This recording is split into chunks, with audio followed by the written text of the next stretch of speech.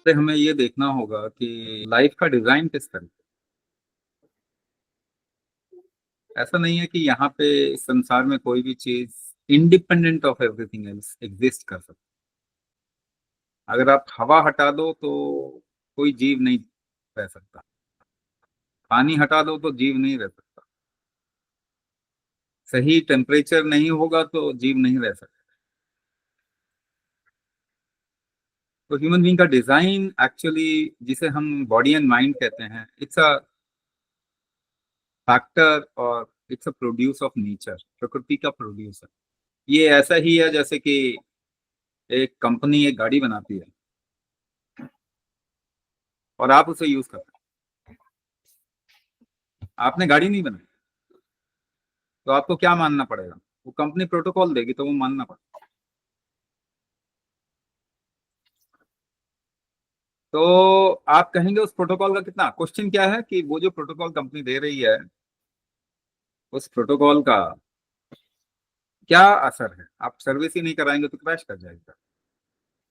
या फिर आप उसका ऑयल चेंज नहीं करवाएंगे, फिल्टर चेंज नहीं करवाएंगे, इस तरीके से ब्रेक फ्लूइड इसमें डालना पड़ेगा।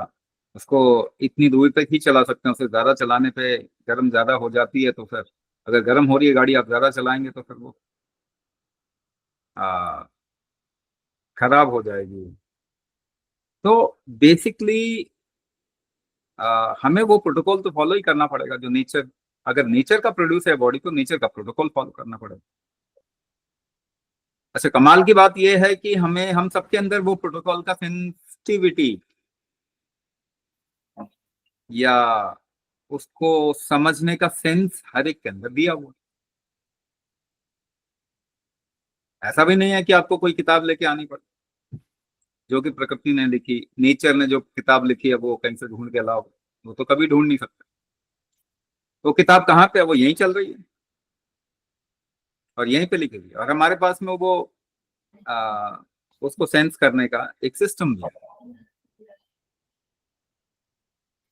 अब मुझे एक बात बताओ, आपकी आपका शरीर ही तो बताता है ना, जैसे कि आप अगर खेल रहे हैं और खेलते खेलते आपका एक लिमिट आ गया, इससे ज्यादा आप एक्टिविटी नहीं कर सकते, तो बॉडी कहेगा कि भैया बस हो गया, हो गया, नाउ यू स्टॉप।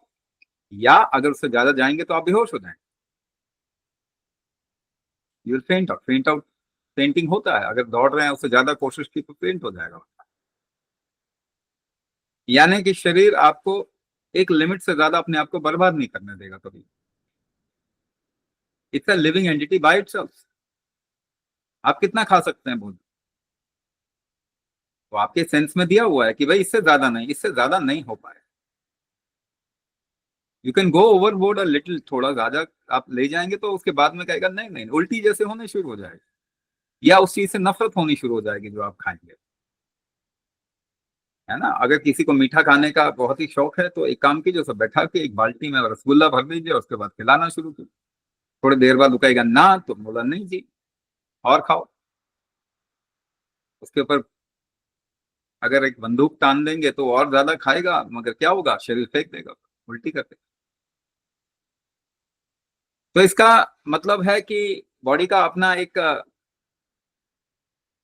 थ्रेशोल्ड को समझने का मैकेनिज्म, एक बैलेंसिंग मैकेनिज्म हमारे अंदर है।